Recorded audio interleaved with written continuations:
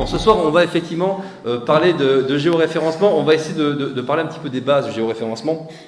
Parce qu'en fait, quand on a imaginé le scénario de cette soirée, je me suis demandé comment parler de géoréférencement à l'heure d'Internet, où finalement, géoréférencement, il suffit d'aller sur Google, vous tapez géoréférencement, puis vous avez plein de choses. Le truc, c'est que sur Google, finalement, on a beaucoup d'informations qui sont assez foisonnantes, qui sont très bien pour nos amis géomètres, mais qui sont parfois difficiles à comprendre pour le profane, un peu trop riches parfois. Et puis à l'inverse, on a parfois un peu de mal à trouver des cas concrets, des exemples qui prouvent que le géoréférencement, c'est pas juste pour se faire plaisir, que ça a vraiment une utilisation. Puis on manque aussi parfois de documentation sur les logiciels. Comment dans mon logiciel, je mets en place un géoréférencement, comment ça marche. Parce qu'à un moment, le BIM, ça va être aussi pratique, ça ne peut pas être que théorique. Du coup, on a imaginé la soirée de la manière suivante.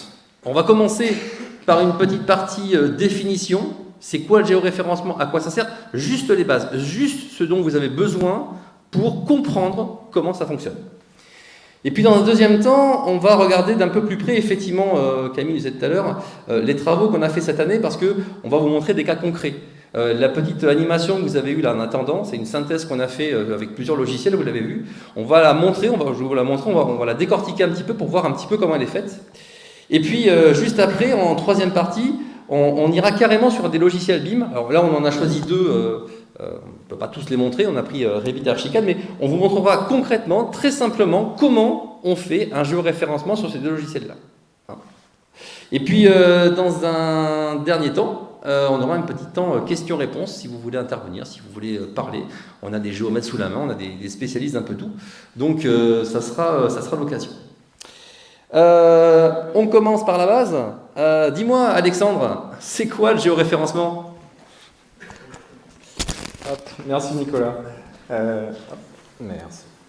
Donc Alexandre Vinoget de l'établissement public d'aménagement Bordeaux-Atlantique. Je suis chef de projet BIM et géomatique dans cet établissement. Donc je fais du BIM et je suis géomaticien, donc je travaille sur les données géographiques.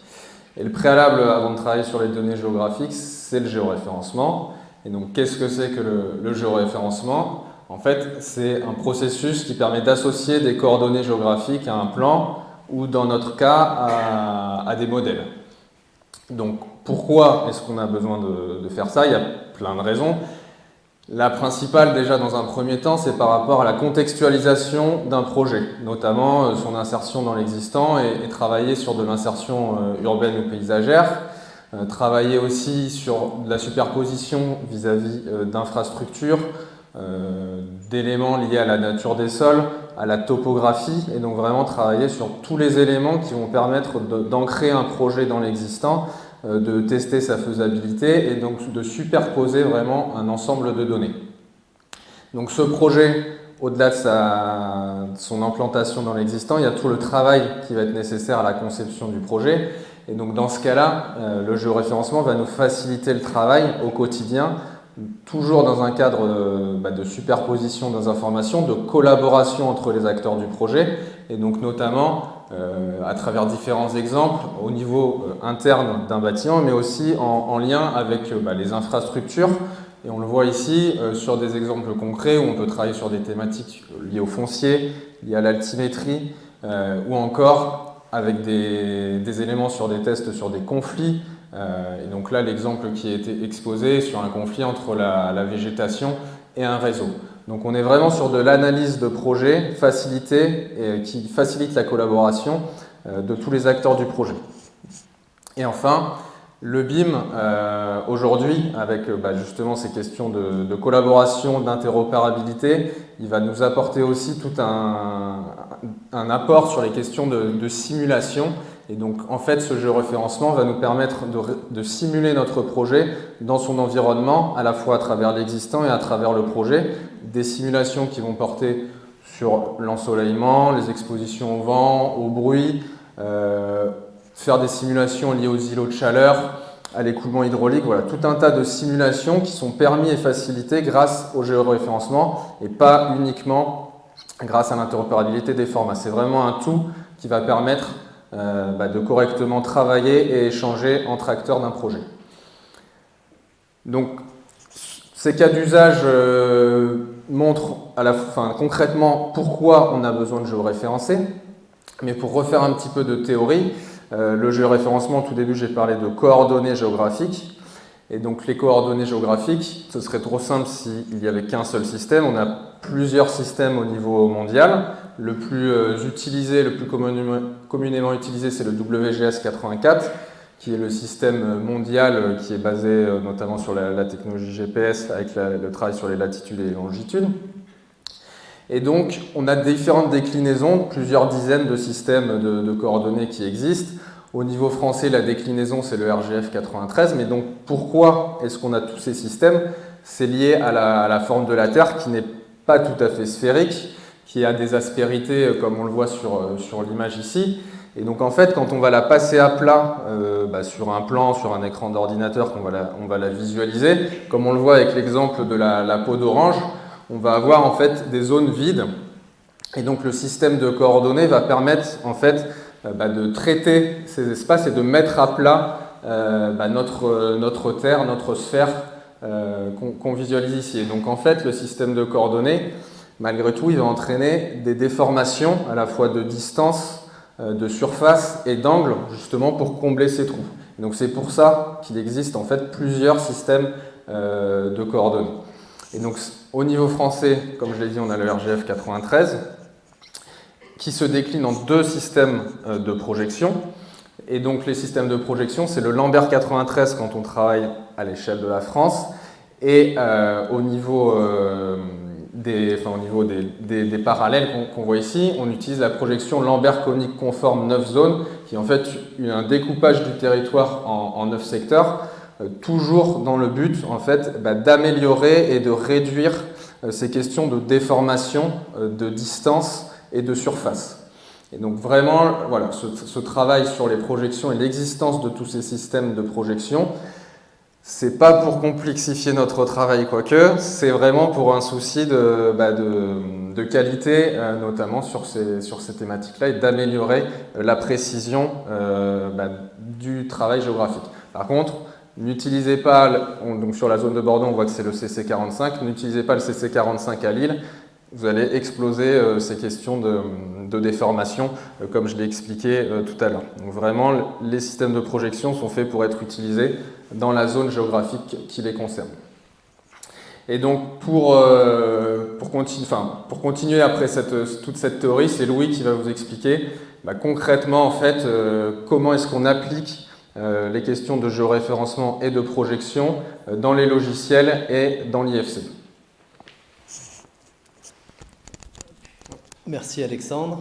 Bonsoir à tous. Louis Gravier, ingénieur géomètre et référent BIM-SIM au sein du groupe Géosat. Donc maintenant qu'on a abordé des notions de définition avec cette superbe introduction d'Alexandre, vous avez quelques notions sur le géoréférencement, les systèmes de coordonnées, les systèmes de référence et le RGF 93 sur lequel on travaille en France. Donc maintenant, je vais vous parler un peu plus pratique, rentrer dans le concret. C'est-à-dire que nous, les questions que vous posez aujourd'hui, c'est comment on fait. C'est-à-dire comment on va géoréférencer notre maquette numérique 3D, notre modèle.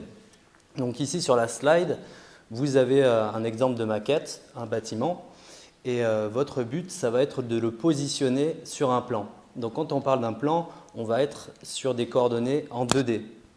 Donc vous vous rappelez tous de vos cours de mathématiques, avec un graphique avec les axes des abscisses et des ordonnées.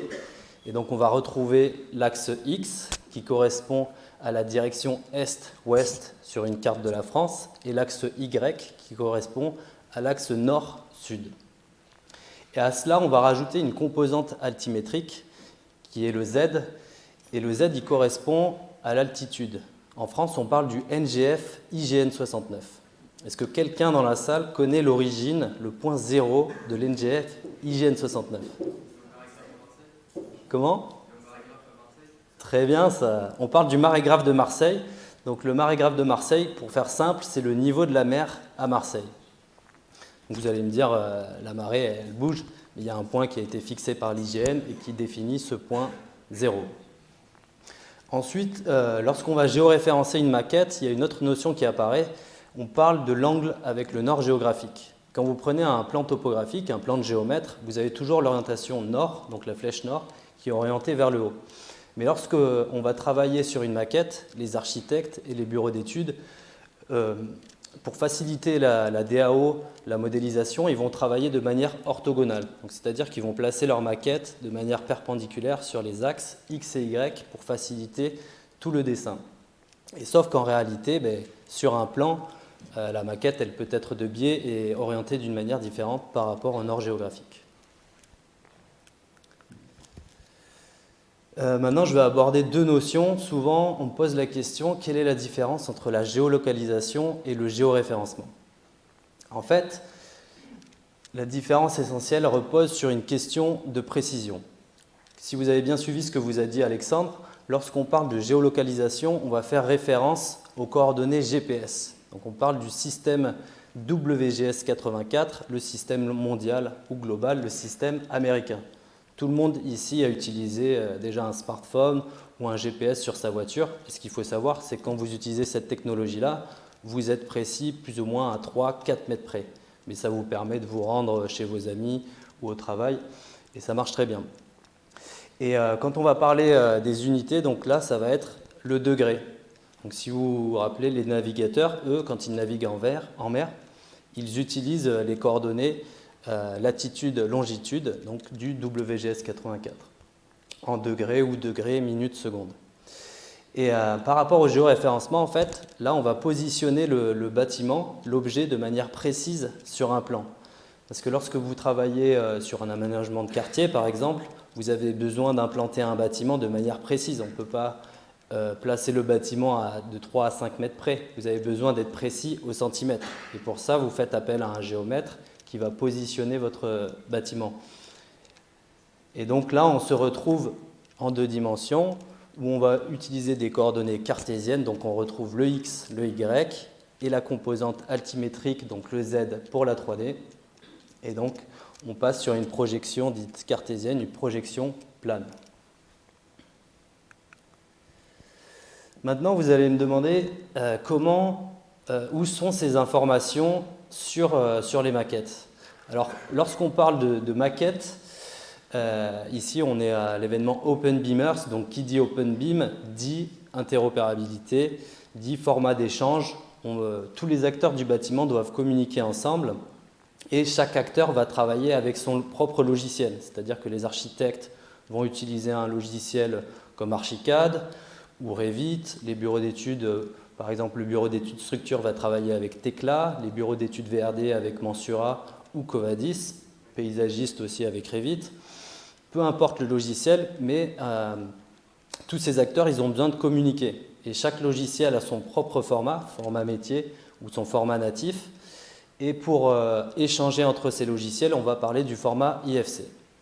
Alors dans le format IFC, si vous ouvrez une maquette IFC, par exemple sur un viewer, donc par exemple là on a pris l'exemple de Beam Collab Zoom, on va retrouver l'arborescence IFC, donc on a le projet, le site, le bâtiment, et à l'intérieur de ce bâtiment on va retrouver les niveaux dans lesquels on va retrouver les objets qui sont associés à la maquette.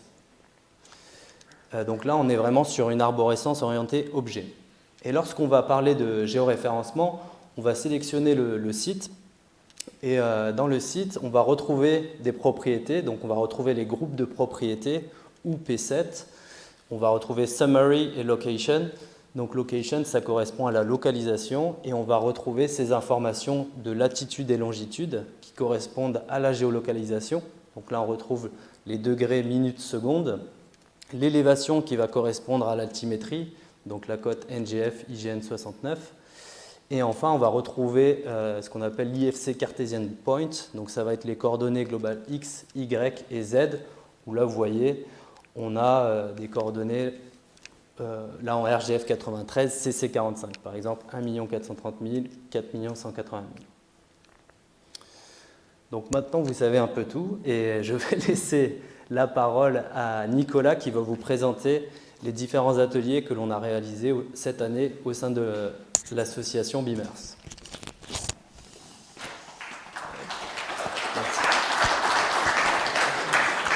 Mais avec plaisir qu'il va le faire. Alors, hop, Ah, oh là, il y a des maquettes de partout. Pourquoi on est là ce soir? Alors, on est là pour parler géoréférencement, mais pourquoi finalement? Parce qu'il y a à peu près un an, quand on a lancé l'association, je me suis demandé, mais qu'est-ce que je vais bien pouvoir faire aux membres du pôle interopérabilité? Donc je leur ai envoyé tout simplement un petit formulaire en disant quels sont les sujets qui vous intéressent. Et puis le premier sujet qui est ressorti, figurez-vous que c'est le géoréférencement. Donc c'est vraiment un besoin métier, un besoin de chaque instant, j'allais dire. Donc cette année, on a fait 3 ateliers. Le premier, finalement, c'est un atelier dans lequel j'ai essayé de voir un petit peu comment est-ce qu'on pouvait aborder cette notion de géoréférencement, sachant que dans le formulaire, chacun avait des besoins différents. Il y avait des gens très expérimentés, qui avaient des questions techniques, il y avait des gens qui ne connaissaient pas le système, il y avait des gens qui avaient un peu essayé, puis pas très bien marché. Donc, ce qu'on a fait déjà, on a commencé par la base. Alors, la base, c'est quoi? C'est un petit exercice. Alors, ça, c'est un petit exercice, en fait, que j'ai piqué dans mon escarcelle de formateur Archicad. Ça, c'est un exercice que je fais faire à mes élèves, tout simplement, lorsque j'aborde la notion de géoréférencement. L'idée, tout simplement, c'est de se dire qu'on part d'une dalle avec 4 poteaux. D'accord? Ça, on peut le faire sur n'importe quel logiciel BIM. Et on fait une première dalle donc avec 4 poteaux qu'on positionne sur l'origine du logiciel. Et puis hop, on l'exporte en IFC. Et puis dans un deuxième temps, on fait la même chose sur le même logiciel avec la même dalle et les mêmes 4 poteaux, sauf que cette fois-ci, on va appliquer à la dalle un géoréférencement, un déplacement. Donc là, en l'occurrence, ici, 4 mètres par 2, d'accord, avec une élévation en Z d'1 mètre et puis une petite rotation de 45 degrés. Donc on est parti d'un logiciel BIM. De ce logiciel BIM, on en fait sortir donc une maquette ici sur l'origine, à 0, et une maquette avec un géoréférencement. Et normalement, si vous n'avez pas trop loupé votre coup, quand vous faites la synthèse des 2 maquettes dans un viewer IFC, normalement vous devriez obtenir ceci. C'est-à-dire que là, vous avez la première maquette, et là, vous avez la deuxième. Et normalement, le poteau rouge de la première maquette devrait tomber sur le poteau vert de la deuxième. Et ensuite, l'idée c'est, une fois que vous avez vérifié que ça marche bien sur votre viewer, eh bien vous réimportez ces 2 maquettes dans le modeleur de départ. Donc l'idée c'est, j'apprends à créer une maquette avec un géoréférencement, j'apprends à contrôler ce géoréférencement, et j'apprends à importer une maquette géoréférencée, parce que c'est bien joli de savoir les faire, mais il faut aussi savoir les importer.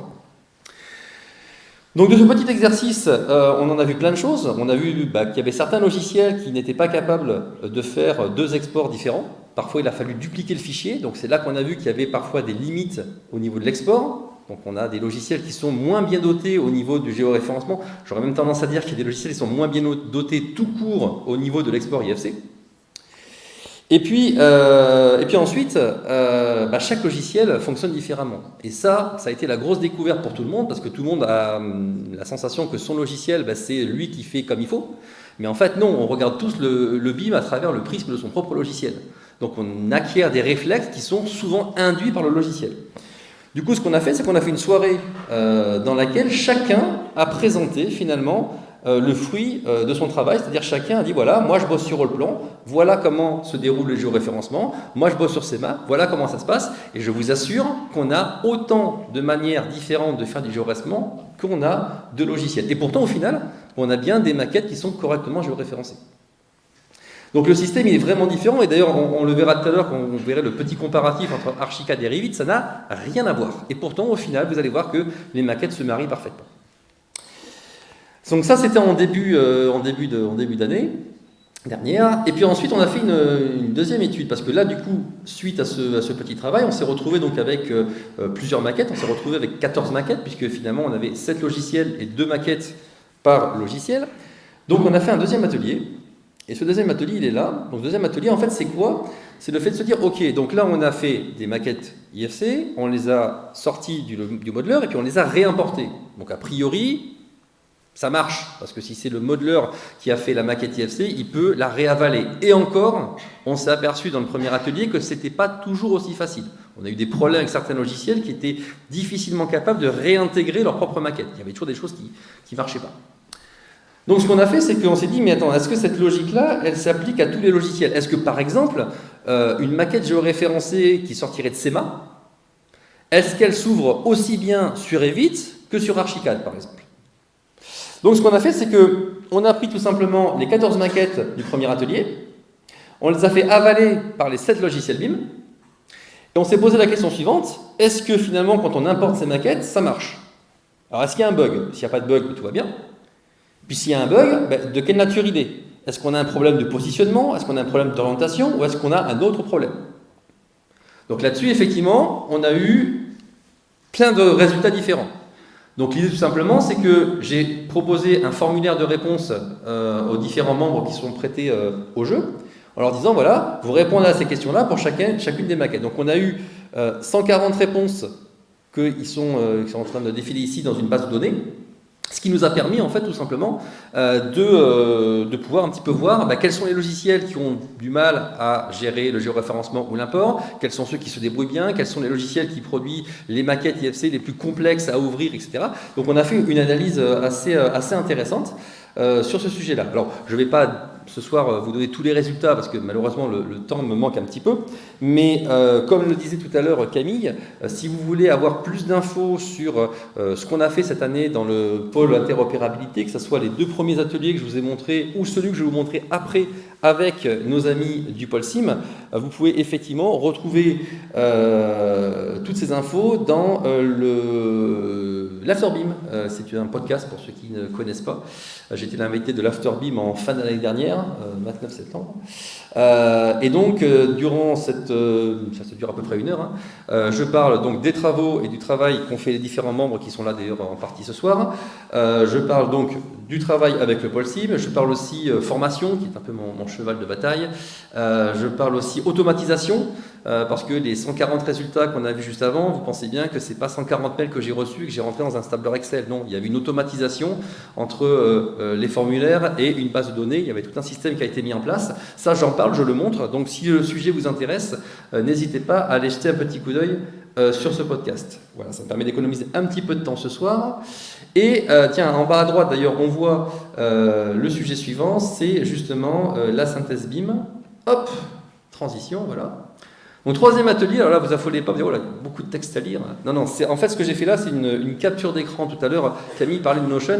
En fait, quand je lance un défi, parce que ce sont des défis que je lance aux membres, je leur dis, voilà, il y a un défi à relever, comment ça marche? Alors, pour ceux qui vont éventuellement nous rejoindre cette année, en fait, c'est pas compliqué. Comme on le disait tout à l'heure, on a effectivement des documents qu'on fournit, qui sont hébergés sur Croquis. Et puis ensuite, ici, on a l'objet du défi. Qu'est-ce qu'on a à faire? Donc là, sur ce 3e atelier, donc c'est avec le pôle SIM qu'on a travaillé. Donc là, j'avais décidé effectivement d'aller un peu plus loin que juste m'amuser avec une dalle et 4 poteaux. Donc on a décidé d'aller un peu plus loin et d'aller chercher finalement la réalité de notre métier, c'est-à-dire savoir implanter un bâtiment avec un géoréférencement. Donc le pôle SIM, lui, il nous a fourni ici, entre autres, la parcelle tout simplement et les voiries qu'ils ont modélisées de leur côté. Et ils nous ont dit, voilà, suivant le logiciel sur lequel vous travaillez, eh bien, vous allez implanter la petite maison au bon endroit. Donc, si je travaille sur CADWork, par exemple, je mets ma maquette ici. Si je travaille sur Archicad, je mets ma maquette là.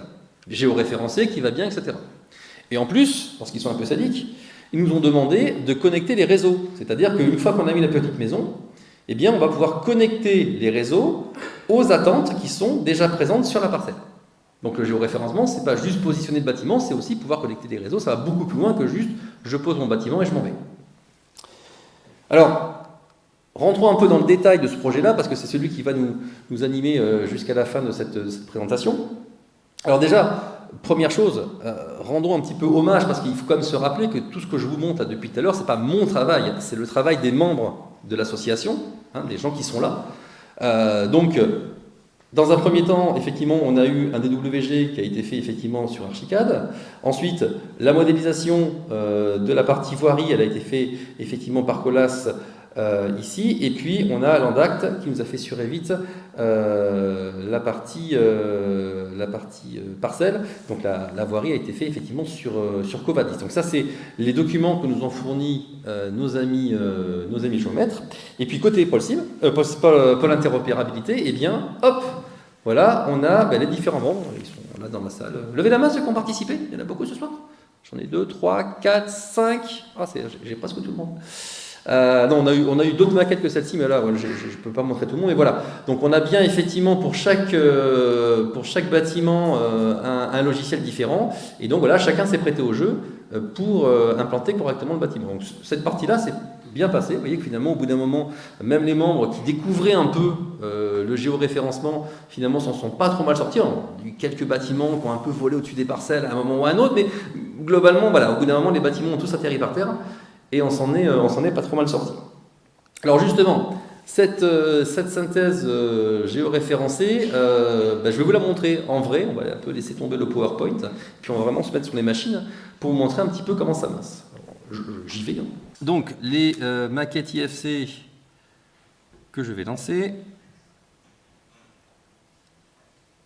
Voilà, parfait. Donc là, hop, déjà là, j'ai la partie paysage. Très bien.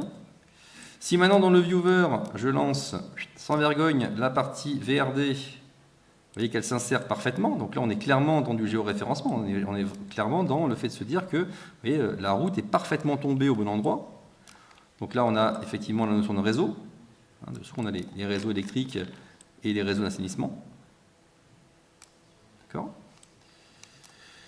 Donc à ça donc c'est ce que nous a fourni effectivement le pôle SIM, en plus d'un petit DWG qui va bien.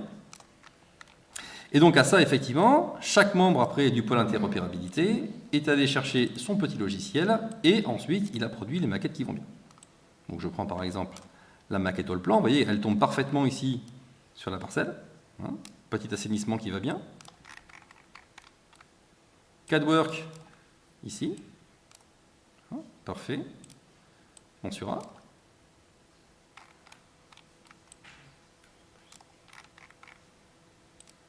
Archicad.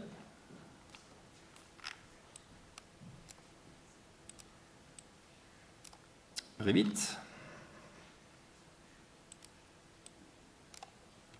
SEMA. Tecla et Rhino. Voilà, donc vous voyez que chaque maquette est bien tombée au bon endroit. Alors après, pour vraiment regarder cette histoire de raccord, si par exemple j'enlève la maquette ici, voilà, prenons l'exemple de cette petite maison, d'accord.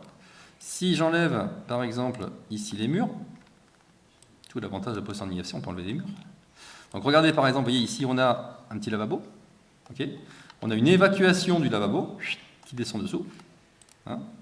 Et si maintenant j'enlève effectivement dessous la partie qui est là, hop, voilà. Vous voyez que mes petits lavabos vont se connecter directement ici à un réseau qui passe sous la maison. Donc ça c'est l'architecte qui l'a fait.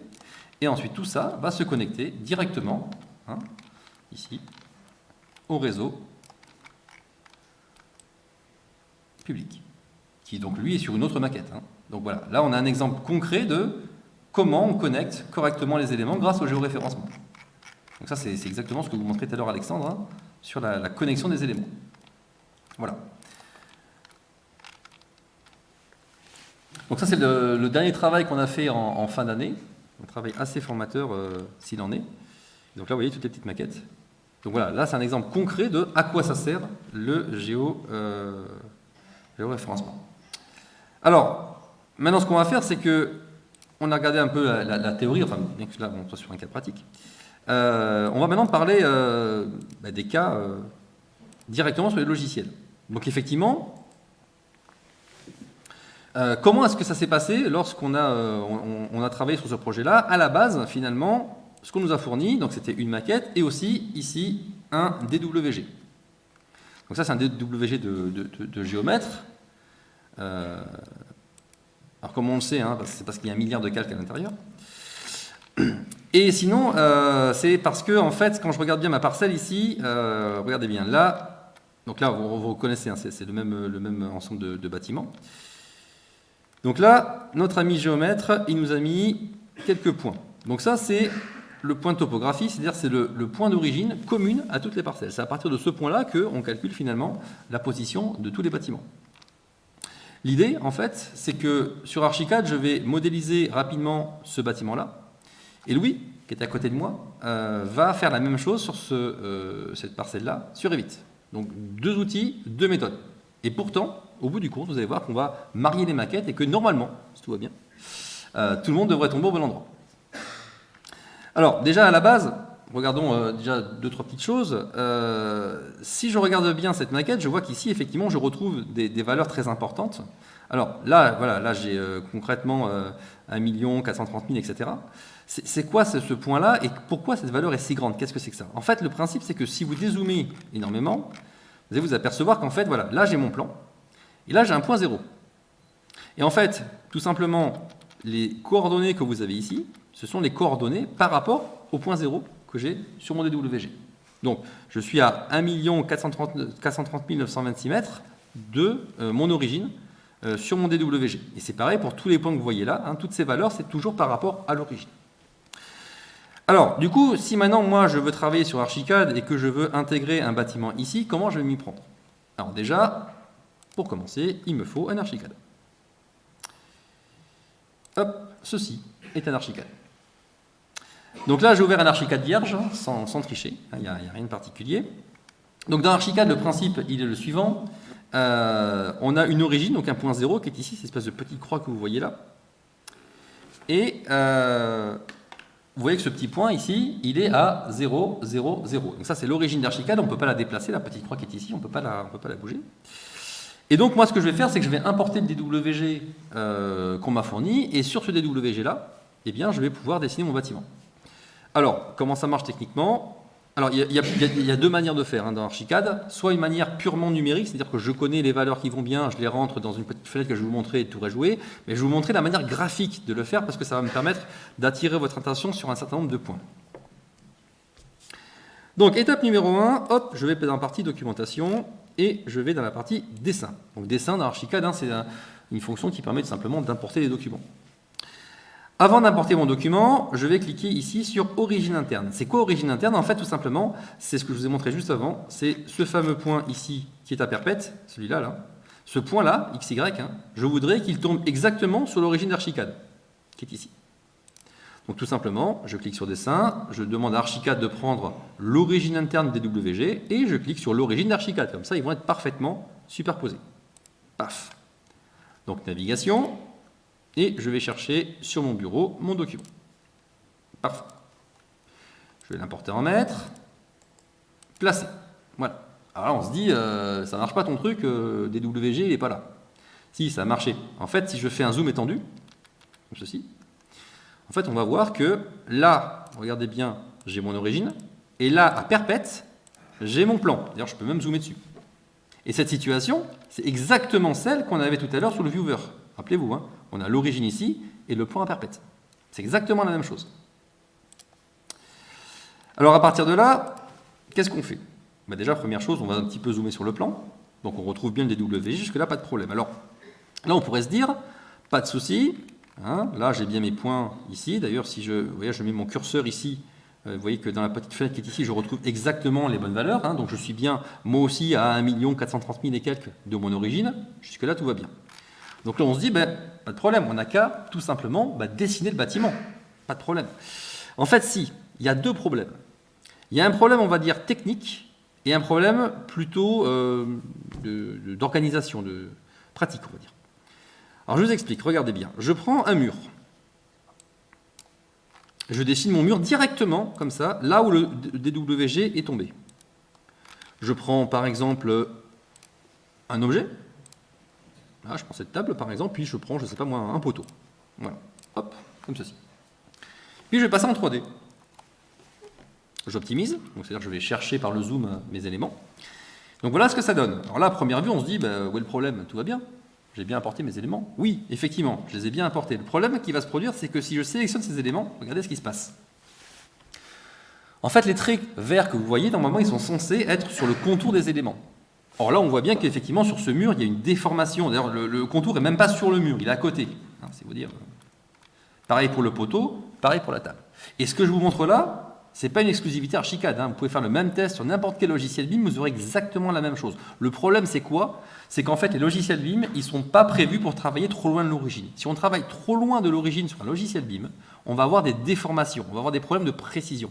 Et on voit là le problème en tant que tel. Et là où c'est d'ailleurs assez pervers, c'est que là, je me suis mis très très loin, donc vous voyez les problèmes, mais si vous n'êtes pas trop loin, mais suffisamment loin pour avoir une déformation, on peut avoir des problèmes de précision sans pour autant le voir à l'œil nu. Bon là, ça crève les yeux, mais parfois, on peut être à la limite de ne pas le voir à l'œil nu, mais d'avoir des problèmes de précision. Donc là, qu'est-ce qui va se passer si je travaille ici? Au-delà du fait que c'est intravaillable, on ne va pas se mentir, je vais avoir des problèmes de dimension. Donc par exemple, si je décale un mur de 2 mètres, il va le décaler peut-être d'1,95 m, 1,99 m, on ne sait pas trop. Je vais avoir des problèmes aussi en termes de logiciel, des problèmes de lumière, des problèmes d'assurage, des problèmes de lenteur aussi, parce que les logiciels BIM travaillent généralement à partir de l'origine. Donc je vais avoir des problèmes de représentation. Je ne vous parle même pas des problèmes d'export en IFC, alors là, ça va être la catastrophe. Et puis après, chaque logiciel va avoir éventuellement des problèmes qui sont liés à lui-même, parce que voilà, ces logiciels-là ne sont pas faits pour travailler dans ces conditions-là. Donc ça, c'est le problème technique. Donc on ne travaille jamais loin de l'origine. Ensuite, le problème pratique. Le problème pratique, Louis vous en parlait tout à l'heure, c'est le problème qui consiste à dire que nous, on n'aime pas travailler penché. On n'aime pas travailler penché parce que, effectivement, en termes de coordination, c'est beaucoup plus facile d'avoir un bâtiment qui est parallèle au bord de l'écran que d'avoir un bâtiment penché. C'est aussi plus pratique en termes de précision, surtout quand on a des angles qui sont genre à 89,9 degrés. Alors ça, c'est un coup à avoir des ennuis de rectitude au niveau des cloisons, au niveau des murs. Bref, personne n'aime bosser penché et pourtant, dans la nature, aucun bâtiment n'est parfaitement parallèle au nord. Donc, ce qu'on va faire, c'est qu'on va essayer de résoudre ces deux problèmes. D'une part, on comprend bien que travailler trop loin de l'origine, c'est pas bien. Et d'autre part, travailler penché, c'est pas pratique. Donc, dans Archicad, comment est-ce qu'on va s'y prendre? On va tout simplement prendre le plan et le ramener près de l'origine. Et puis on va aussi le tourner. Mais attention, il faut qu'on soit capable à un moment ou à un autre de pouvoir remettre le plan à sa place parce que la maquette que je vais produire, certes, c'est plus pratique quand elle est parallèle au bord de l'écran, mais à un moment, je vais devoir la géoréférencer pour l'insérer sur ma parcelle. Donc à un moment, il faudra que je retrouve cette position-là. La problématique sera d'ailleurs la même sur Revit. Alors dans Archicad, comment ça marche? En fait, dans Archicad, je vous l'ai dit tout à l'heure, ici donc j'ai mon plan, qui est là, pardon, et ici, hop, j'ai mon origine. Alors je vais faire un petit zoom dessus. Donc je vous le disais, il y a deux manières de faire, soit la manière graphique, soit la manière où on rentre directement les valeurs. Je vais considérer que je n'ai pas les valeurs, je vais directement faire la manière graphique. Alors comment ça marche cette histoire? Donc là, j'ai l'origine Archicad. Ce que je vais faire tout simplement, c'est que je vais aller chercher un repère. Donc je vais prendre par exemple un objet, hop, ici, je vais prendre une petite boussole, nord, comme ceci. Voilà. Donc là, je vais d'ailleurs pouvoir enlever les lignes de coupe qui sont pas utiles, calque, masquer le calque, voilà. Et donc là, je me retrouve avec d'un côté ici ma petite boussole et à perpète mon plan. Ce que je vais faire tout simplement, c'est que je vais aller chercher mon plan ici, hop, voilà. Sélectionner mon plan et la petite boussole qui se trouve sur l'origine et tout simplement, je vais décaler mon document. Je vais prendre donc mon point ici de topographie comme référence et je vais le mettre tout simplement sur l'origine d'Archicad. Je clique dessus, j'optimise et hop, je vais chercher ici mon origine, ici. Hop, voilà. Et en faisant ça, du coup, la petite boussole, elle est partie à perpète. Ça, c'est pas grave.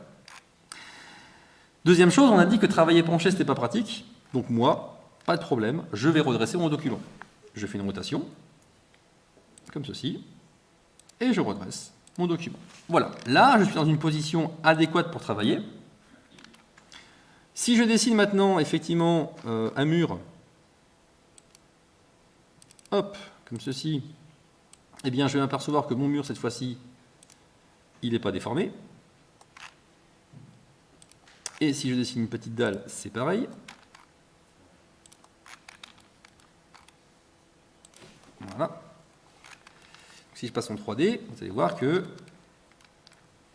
hop, voilà, il n'y a pas de déformation. J'ai bien les lignes sur les contours des murs. Hein, je n'ai pas l'effet de zigzag de tout à l'heure. Donc là, je suis proche de l'origine, il n'y a aucun souci.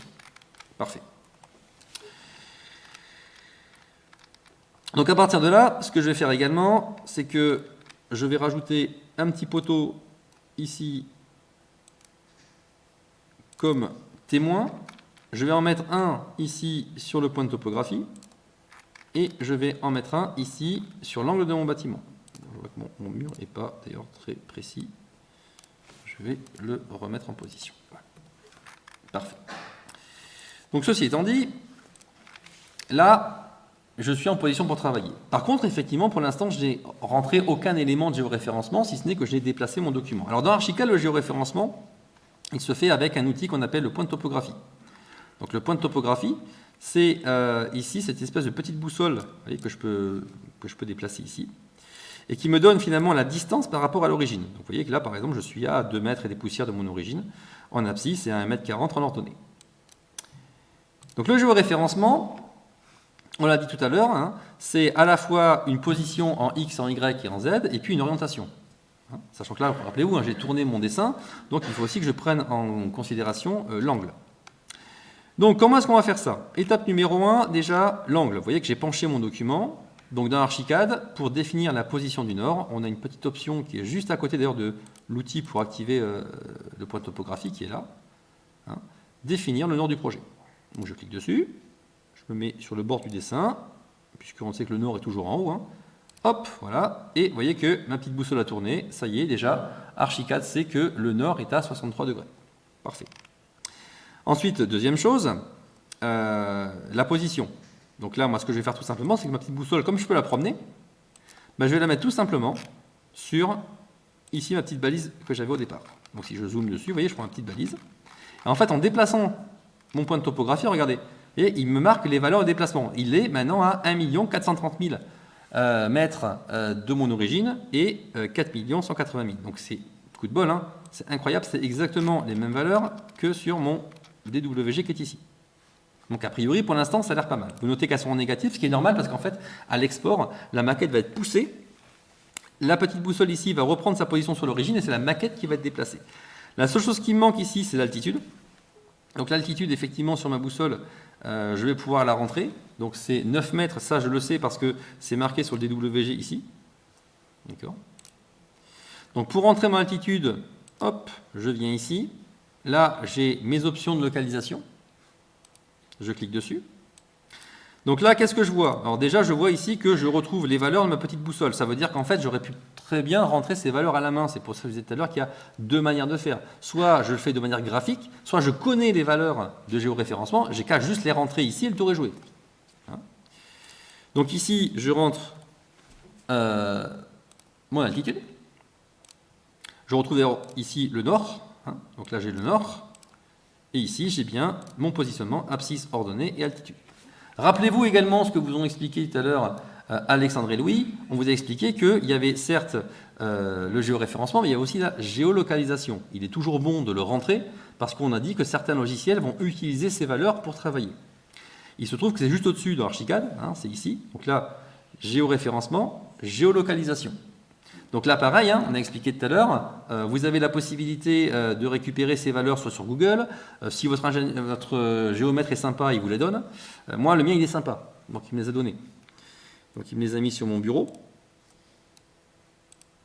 Donc en fait, c'est très simple, hein. C'est juste, en fait, vous voyez, en degrés, minutes, secondes, la position de ma maquette. Donc ici, au niveau de l'altitude, je copie, hop, je le colle ici. Au niveau de la longitude, alors attention, vous voyez que c'est une longitude à l'ouest, donc attention à l'orientation. Pourquoi je dis ça? Parce que dans tous les logiciels, généralement, on peut choisir le sens. Donc là, c'est par rapport à l'ouest, voici ma position. Le méridien, ben on va essayer de se mettre à Paris, ça serait quand même pas mal. Hein, c'est le point le plus proche. Et puis enfin, l'altitude, 9 mètres. Voilà. Ça y est, là j'ai fait vraiment l'ensemble des éléments qui vont bien. J'ai fait ma géolocalisation et mon géoréférencement. Et tout ça va se retrouver dans la maquette IFC.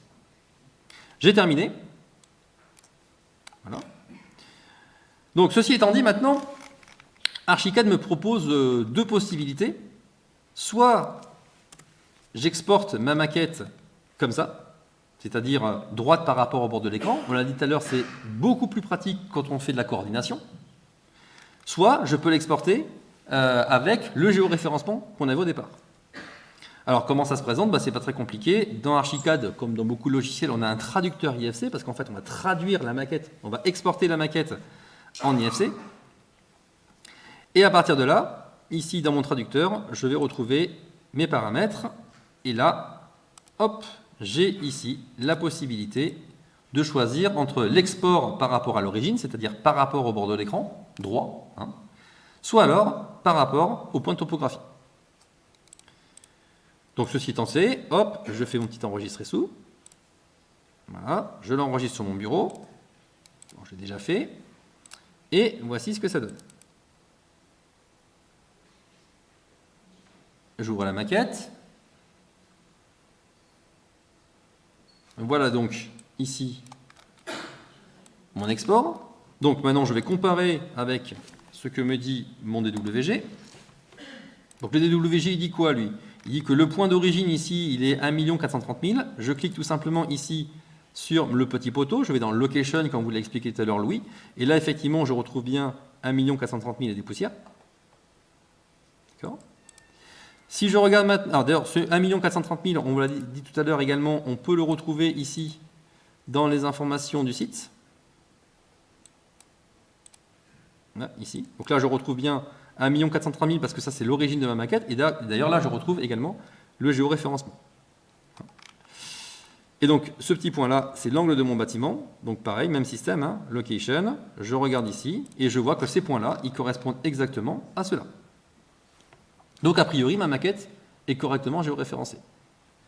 Maintenant, ce qu'on fait, c'est que je prends cette maquette, je la mets dans ma clé USB magique et je la donne à Louis.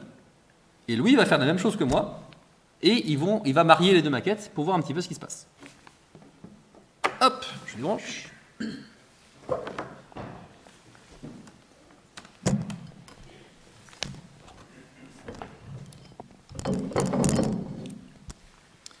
Vous m'entendez bien?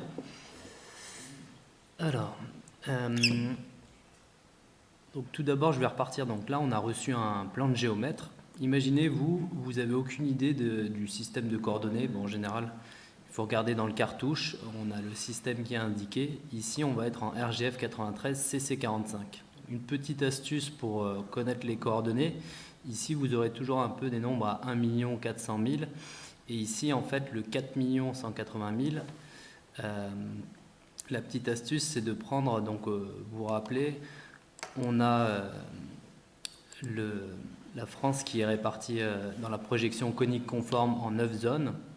Et en fait, lorsqu'on est en CC45, si vous faites 41 plus le premier chiffre des coordonnées du Y, 4 millions, on va arriver à 45.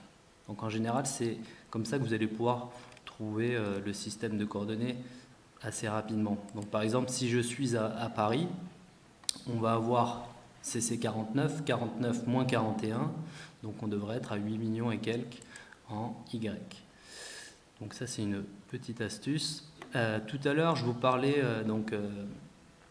Nicolas a évoqué le sujet de la latitude-longitude, donc on en parle des coordonnées géographiques qui sont liées à la géolocalisation.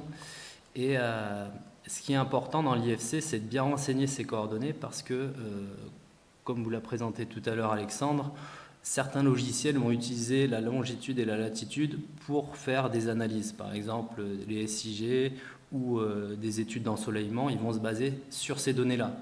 Alors que d'autres logiciels vont utiliser les données du géoréférencement X, Y, Z.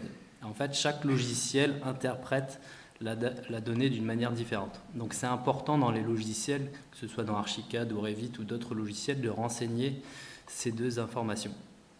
Après, vous allez me dire, la difficulté, c'est que la longitude et la latitude correspondent à des coordonnées dans un système sphérique, alors que le RGF 93 CC45, on va être des coordonnées planes. Donc comment on passe d'un système à l'autre? Donc là, c'est des calculs complexes qui demandent des calculs à l'aide de rotation de matrices qui peuvent être réalisés par des géomètres, des géomaticiens ou des géographes.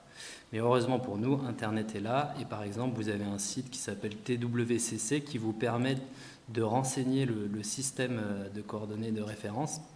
Donc là, par exemple, j'ai sélectionné le système RGF 93 CC45, projection conique conforme, et moi, je vais vouloir transformer ces coordonnées en GPS. Parce que, rappelons, les coordonnées GPS, on retrouve la latitude et la longitude. Donc là, nous sommes en degrés décimaux. Et si vous voulez passer, comme vous l'a montré tout à l'heure Nicolas, en degrés minutes secondes, vous avez les coordonnées en degrés minutes secondes. Donc je retourne sur mon plan. Donc là, vous avez reçu un plan de géomètre. Vous êtes sur AutoCAD ou Civil 3D, donc c'est un peu la même chose, mais un peu plus poussé pour la voirie, la VRD. Donc Civil 3D, donc là, vous voyez, j'ai des coordonnées. Donc mon fichier est géoréférencé. Et en fait, il y a une petite manip à faire pour associer un système de coordonnées à un plan DWG. Donc avec la commande map statut bar, en fait, je vais avoir un petit icône qui va s'afficher. Et en fait, ça va permettre d'associer un système de coordonnées au plan DWG. Donc là, par exemple, je vais sélectionner mon système RGF93 CC45. Et en fait, ici, vous voyez, dans la barre, j'ai le système qui est renseigné. Donc là, ce que je vais faire, c'est que je vais réenregistrer mon fichier. Donc là, on réenregistre le fichier donc DWG auquel on a attribué un système de coordonnées. Donc, par exemple, RGF93 CC45. Et donc dans Revit, si j'ouvre Revit, hop, voilà. Donc là je suis dans un projet classique. Hein. Ce que je vais faire, c'est que je vais faire apparaître dans le site 3 points. Donc on va parler du point de base du projet, un peu comme dans Archicad, le point de topographie et l'origine interne, qui depuis la version 2020 est apparue.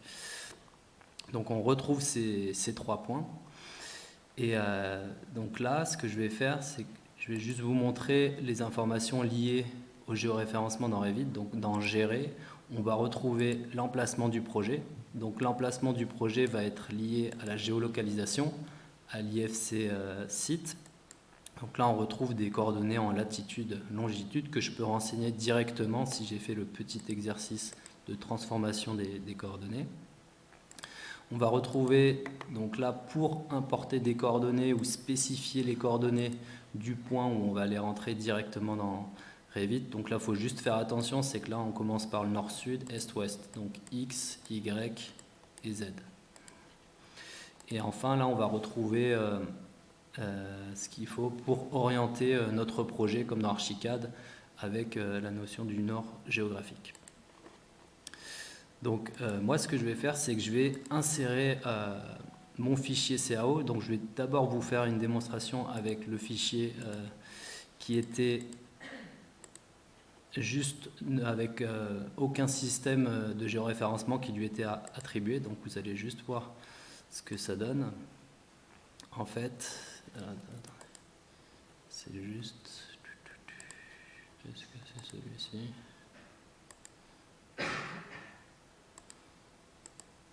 Donc là, je vais importer, en fait, vous avez votre DWG. Le but, c'est de déplacer le DWG, par exemple. Donc moi, je vais prendre mon point de topographie. Donc je le déplace. Et quand je vais importer les coordonnées, hop, vous voyez, il me met le système de coordonnées SIG est inconnu. Et qu'est-ce qui s'est passé ? Comme dans Archicad, en fait, on a notre point topo qui est à 0 et le point de base qui a correctement été géoréférencé.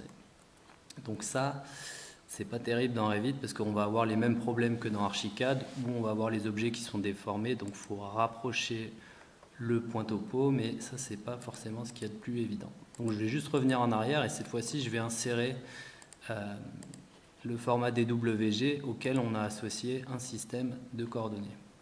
Et donc là vous allez voir que lorsque je vais importer les coordonnées, hop, en fait, vous voyez, donc là, il a reconnu le système de coordonnées SIG, donc RGF93 CC45. Et en fait, le point topo et le point de base, ils sont confondus. Donc là, on a l'origine interne qui va rester à cet endroit. Donc là, on n'aura pas de problématique liée aux grandes distances. Donc une fois que j'ai fait ça, Je vais juste spécifier les coordonnées de mon point. Comme en fait il y a un petit bug dans Revit, il ne va pas importer les coordonnées altimétriques, il importe uniquement le XY.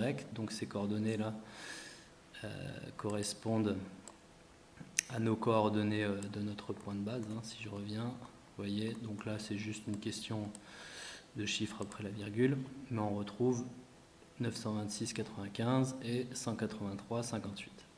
Et donc là, ce qu'il nous reste juste à faire, on a dit, on va renseigner l'élévation NGF, donc là, à 9. Donc une fois que j'ai fait ça, je vais pouvoir orienter ma maquette pour pouvoir dessiner correctement, comme on l'a dit tout à l'heure, pour faciliter le dessin. Donc là, j'oriente en fait ma maquette suivant le nord du projet. Donc dans les propriétés de ma vue, on va retrouver l'orientation nord projet et nord géographique. Donc une fois que j'ai fait ça, je vais pouvoir commencer à modéliser, donc par exemple mes 4 murs. Hop, on va retrouver une dalle et nos fameux composants, donc les poteaux là. Hop, que je vais placer sur l'origine et sur mon angle et aussi sur un autre angle là, celui qui a été réalisé par Nicolas. Hop.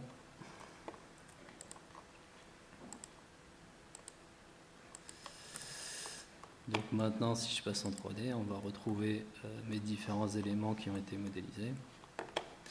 Et il me suffit donc maintenant de faire un export au format IFC, le format d'échange. Donc là, en fait, ce qui est important, c'est de cocher les coordonnées partagées actuelles. Donc c'est les coordonnées qui ont été importées à partir du plan DWG.